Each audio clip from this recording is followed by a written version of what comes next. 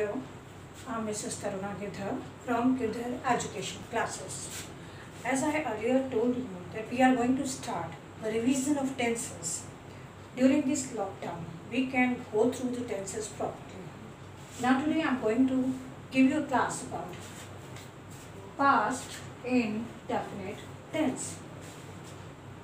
In this tense, the verb ends with ता था, यानी इस टेंस में क्रियाकांत होता है ता था, ती थी, ते थे, या, ये, जी इन शब्दों से। जैसे यहाँ रीटा दिल्ली में रहती थी,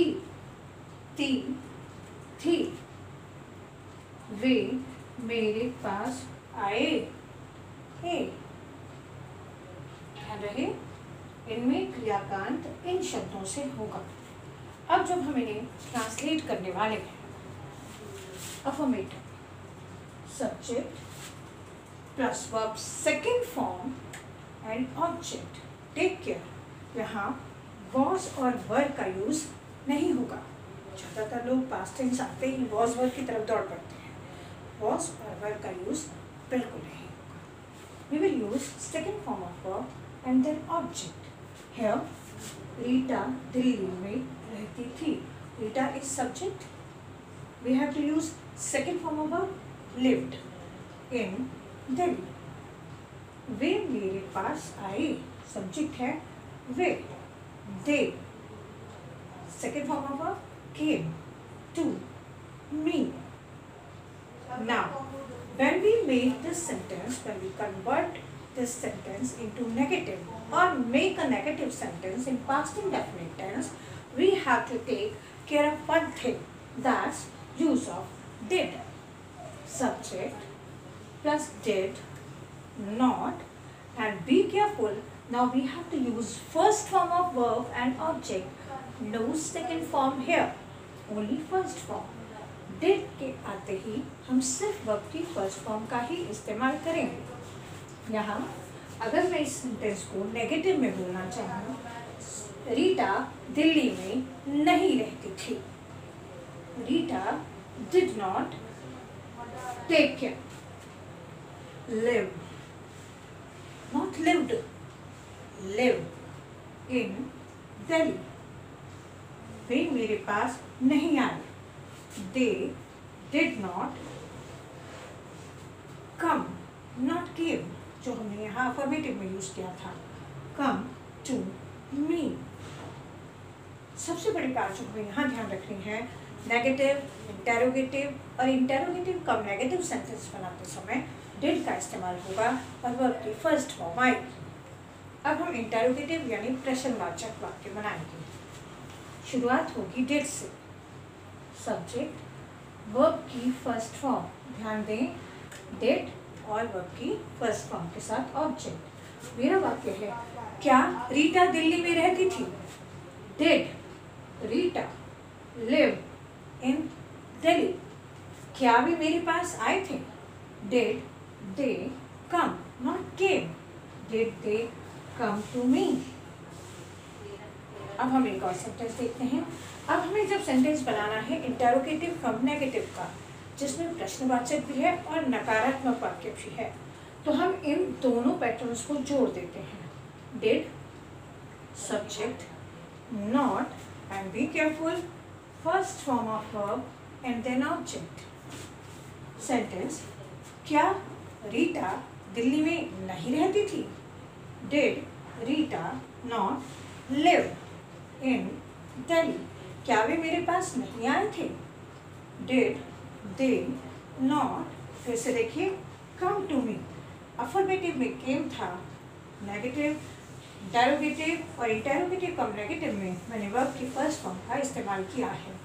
अक्सर ऐसा होता है कि बच्चे कई बार क्वेश्चन पूछते हैं कि मैम मेरे क्वेश्चन में आपने वर्ब पर सर्कल डाल दिए और मार्क्स कट हो गए, ये कैसे करो, ये क्या गलती है इसमें? अब देखिए, अक्सर ऐसा होता है जब हमसे क्वेश्चन पूछा जा रहा है और उसमें डिड का इस्तेमाल हो रहा है। For example, what did the king ask? राजा ने क्या पूछा? यहाँ क्वेश्चन में डिड का इस्तेमाल हुआ है। इंटेरोगेटिव में, इसलिए वहाँ डिड आया है और वर्ब की फर्स्ट फॉर्म आई है। लेकिन जब आप आंसर देने वाले हैं, आप उसे एक स्टेटमेंट के फॉर्म में देंगे, तो वहाँ से डिड हट जाएगा। फॉर्मेटिव में डिड नहीं है तो डिड हट जाएगा, यानी वर्ब की सेकंड फॉर्म आ जाएगी। द किंग आस्क्ड, आस्क नहीं आस्क्ड, डिड के हट जाने के बाद वर्ब की सेकंड फॉर्म आएगी। और आप यही गलती करते हैं, जो फॉर्म ऑफ वर्ब आपको क्वेश्चन में दिखाई देती है वही आप आंसर में दे देते हैं विदाउट केयरिंग कि वहाँ डू, डज या डिड किसका इस्तेमाल हुआ है।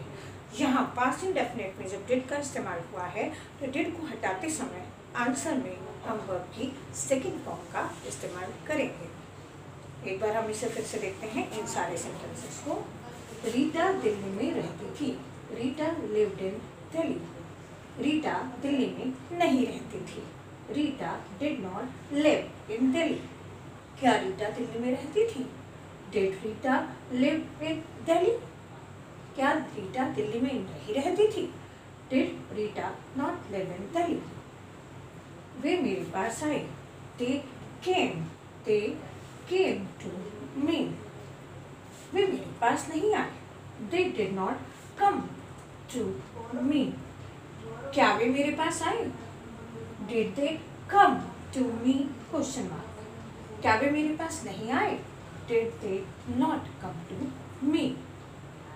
ध्यान रखना है डिड का इस्तेमाल कैसे करना है, और बोलते समय भी ध्यान रखें जब आप आंसर दे रहे हैं और पास्ट इंडेफिनिट का इस्तेमाल हो रहा है तो आपको वर्ब की फर्स्ट फॉर्म का इस्तेमाल करना है। मैं अब आपको कुछ और सेंटेंसेस दे रही हूँ जिनकी आपको प्रैक्टिस करनी है और उन्हें इन 4 फॉर्म्स में चेंज करना है। अफर्मेटिव, नेगेटिव, इंटेरोगेटिव कम नेगेटिव। ध्यान रखें इसमें वॉज और वर्ब का इस्तेमाल बिल्कुल नहीं होगा। सेंटेंस है उसने पाठ पढ़ा, उन्होंने पतंग उड़ाई, किसान ने हल जोता, राम ने मेरी मदद की, मोहन आगरा में रहता था। अब आप इन सारे सेंटेंसेस की प्रैक्टिस करें, इन 4 फॉर्म्स में उन्हें चेंज करें। If you find any problem you can ask me at my WhatsApp number. Thank you very much. Most welcome. All the best.